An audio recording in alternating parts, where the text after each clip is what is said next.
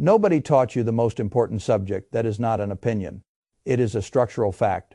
You learn dates, formulas, wars, diagrams, and enough disconnected material to pass a test and forget it 2 weeks later.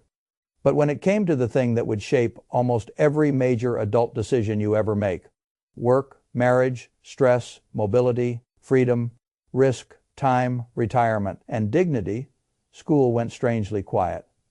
Money, not because money is too complicated, because most people around you never learned the operating system themselves, and that is how entire generations end up making adult financial decisions with the intellectual equivalent of a flashlight with dying batteries. They know just enough to function, not enough to build anything strong. That is why I want to begin with one simple idea. Money is not really about math. It is about structure. A man can earn a perfectly respectable income and still remain financially weak for 40 years if the structure underneath his life is wrong. Another man can earn less, build a better structure, and slowly become dangerous in the best possible way, calm, liquid, patient, hard to push around, hard to trap, able to say no. That is what financial literacy really buys you. Not a few clever tricks, a stronger operating system. And every operating system begins with one question: where am I now? Most people skip that question because they are afraid of the answer. They prefer vague anxiety to precise reality. But vague anxiety never built anything. Precision does. So I would start with 3 numbers and I would make them non-negotiable. Net worth, cash flow. Runway, net worth is simply what you own minus what you owe. It is not glamorous. It does not care about your job title, your car badge, or the way you look on vacation. It just asks, if we liquidate the picture and subtract the obligations, what remains? That number tells you whether the years behind you have actually produced capital or merely produced activity. Cash flow is simpler, and for many people, even more revealing. What comes in each month? What goes out each month? The difference between those 2 numbers is the engine of your future. If the number is negative, if it is 0, you are treading water. If it is positive, even modestly positive, you have a machine that can be strengthened. Runway is the one that restores sleep. If your income disappeared tomorrow, how long could you still operate without borrowing, selling panic, or begging circumstance for mercy? That number is the difference between financial fragility and early financial adulthood. I like these 3 numbers because they strip away storytelling. A person can have a decent income and terrible cash flow. A person can have a respectable net worth on paper because of home equity and still have almost no runway. A person can have modest income and still be structurally stronger than someone who earns far more because he kept what matters in the right order. Once you know your present position, the next mistake people make is setting goals that sound impressive instead of goals that actually connect to life. I want to save more money is not a goal. I want to get rich is not a goal. Those are emotional fog. A real financial goal begins with a life decision. Do I want the freedom to leave a bad job? Do I want a down payment? Do I want to stop feeling one broken transmission away from catastrophe? Do I want to retire before age forces the decision for me? Do I want to be able to help my family without becoming financially weaker every time I do it? Once the life target is clear, the money target becomes measurable. That is how adults plan. They reverse engineer freedom instead of collecting slogans. Then we arrive at the word everyone hates budget. I think the hatred comes from the wrong picture. People imagine spreadsheets, little boxes of deprivation, and a future with no joy in it. That is not how I think about a budget. I think of a budget as proof that your money answers to you. Without a budget, every dollar is a little employee wandering around the building with no manager. Some of them disappear into food delivery. Some go into subscriptions nobody remembers signing up for. Some go into online purchases that felt harmless one at a time, and absurd once totaled honestly. Then the month ends, the account looks tired, and the person says, "I don't know where it went." The budget answers that question, not by making life smaller, but by making decisions visible. You do not need a beautiful budget. You need a durable one. Some people do well with broad rules. Some need zero-base precision. Some need physical limits because friction saves them from themselves. I do not care which method you choose as long as it does one thing successfully.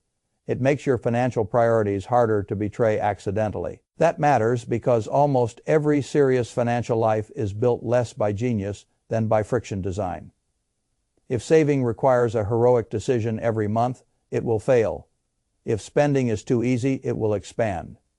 If investing happens automatically before lifestyle can negotiate, wealth begins. This brings us to the first protective layer. Almost nobody wants to build because it is boring. Emergency savings. People think the emergency fund is just cash sitting there doing nothing. I think that is childish. The emergency fund is not an idle asset. It is a shock absorber. It prevents one bad week from becoming 5 bad years. Without it, every surprise goes onto a credit card. Every disruption becomes a debt story, and every long-term investment is only one crisis away from being liquidated at exactly the wrong moment. Now, I am not a religious man about exact numbers here. 3 months, 6 months, more or less. The right answer depends on your stability, your health, your household, and how easily your income can be replaced. But some cash buffer is non-negotiable. Even a small one changes the way the mind works. You stop living in a constant state of, what if something breaks? And once that pressure drops, better decisions start to appear. Then comes the part where most financial advice gets strangely soft debt. I do not think all debt is evil. I do think some debt is poison. The difference matters. A mortgage on a sensible house at a sane cost is not the same thing as revolving credit card debt carrying an interest rate that compounds against you like an enemy. Student loans that increase earning power are not the same thing as financing consumption because you got bored on a Tuesday. A cheap, fixed-rate obligation is not the same species as a payday loan or a maxed-out rewards card carrying 20% interest on restaurant meals. You do not even remember. This is why sequence matters. If you are paying brutal rates on consumer debt, that is where your energy belongs first. Not because investing is bad, but because high-interest debt is negative compounding. You are trying to plant a tree in soil with acid in it. There are 2 common ways to attack debt. One is mathematically cleaner. One is psychologically cleaner. The mathematically cleaner method kills the highest rate first. The psychologically cleaner method kills the smallest balance, first to generate momentum. I respect both because what matters most is not ideological purity. It is sustained execution. But whichever method you use, I want you to understand the deeper lesson. If you pay off debt and do not fix the spending behavior that created it, the balances return wearing different clothes. That is why debt reduction is never just a math exercise. It is also identity work. You have to become the kind of person who stops using debt as a substitute for margin. Now we can talk about offense investing. This is where people become strangely dramatic. Half the country acts as if investing is a casino. The other half acts as if it is reserved for millionaires in blue jackets speaking jargon over lunch. Both views are wrong. Investing is simply the act of putting capital to work, so that labor is not the only engine in your life forever. The great miracle here is not complexity. It is time. Compounding is not a metaphor. It is a machine. And the earlier you turn it on, the less heroic your monthly contributions need to be. A person who starts modestly and early can often beat someone who starts later with far more money. That is not motivational nonsense. It is arithmetic. And because it is arithmetic, boring wins. Low-cost broad index funds have built more real wealth than most people realize precisely because they are boring enough to survive contact with human emotion. People love the thrilling idea of stock picking because it flatters the ego. They imagine themselves outsmarting the market. Most would be better served by outlasting themselves. Buy broad ownership in productive businesses. Keep costs low, add consistently, reinvest, refuse to panic every time the headlines sound apocalyptic. Do this long enough and boredom becomes a fortune. That is why I do not want excitement in an investment plan. I want repeatability. And where you hold the investments matters too. Employer match first because free money is free money. Then the best available tax-advantaged accounts. Then taxable investing once the good shelters are being used properly. That is not because taxable accounts are bad. They are useful, flexible, and in many lives essential. But order matters. Protect the structure first, then widen the machine. Now let us deal with two of the largest consumer choices that quietly determine whether a person builds wealth or merely performs adulthood. Housing and cars. People speak about buying a home as though it is always an act of wisdom, and renting as though it is always a failure. That is lazy thinking. A house can be a wonderful tool. It can also be an oversized fixed obligation purchased at the wrong time, in the wrong market, at the wrong ratio to your income, with maintenance and tax obligations that quietly suffocate everything else. Ownership is not automatically wealth. It is only wealth if the house strengthens your life more than it weakens your margin. The same is true of cars, except the math is often even more insulting. Transportation has a job: get you where you need to go safely and reliably. That is all the moment a vehicle becomes a major obstacle to investing, saving, sleeping, or choosing your work freely.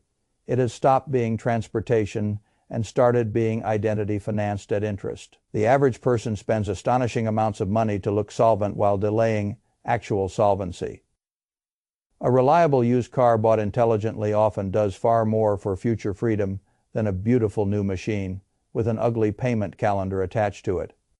If you want to know whether a major purchase is wise, ask one ruthless question: what is the opportunity cost of this decision over the next 20 years? That question kills a lot of bad ideas early, and then we come to retirement, which most people misread in two directions at once. The young think it is too far away to matter.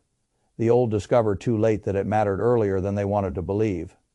Retirement is not merely an age, it is a capital problem. It asks a simple question: at what point can your assets carry enough of the load that labor becomes optional? Social Security can help. It cannot carry the whole system for most people without forcing a much smaller life than they imagine. That means your own investing has to matter. The brutal truth is that most people are not saving nearly enough, not because they are stupid, but because they are living inside structures that absorb everything. The antidote is not shame. It is design: automate more. Save earlier. Increase contributions with every raise. Keep lifestyle inflation on a leash. Let the market's volatility scare you less than the certainty of underfunded old age. This is where target date funds, simple diversified portfolios, and tax-advantaged accounts become very powerful. They remove decisions. And removing decisions is often how you protect people from their own worst impulses. The more I study money, the less I believe success comes from heroic effort, and the more I believe it comes from systems that still function when motivation is weak. That is why I care so much about automation. Automate the emergency savings, automate the debt payments, automate the retirement contributions, automate the transfer into investing. A man who must decide every month whether to do the correct thing is in a constant argument with himself. A man whose system already decided for him has a much better chance of becoming wealthy while living an ordinary life. And that brings me to the last lesson school never taught. Patience is not passivity. People think patience means waiting. In money, patience usually means continuing to act correctly while the results are still too small to impress anyone. It means staying with the plan while other people chase noise. It means understanding that 1 year of progress often looks trivial, and 10 years of the same progress can completely alter a life. You do not need to know everything. You need to know what matters first. Know where you stand. Set goals tied to real life, not vague wishes. Build a budget that lasts. Protect yourself with cash. Destroy the expensive debt. Invest early and boringly. Be careful with homes and ruthless with cars. Respect retirement before time punishes delay. Automate the correct behaviors. Then let patience do what impatience never can. That is financial literacy. Not trivia, not jargon, not a clever hack. An operating system strong enough that your money finally starts working in the same direction as your future instead of against it. And once you have that, the world becomes less frightening. Not because money solves everything, because confusion stops running the system.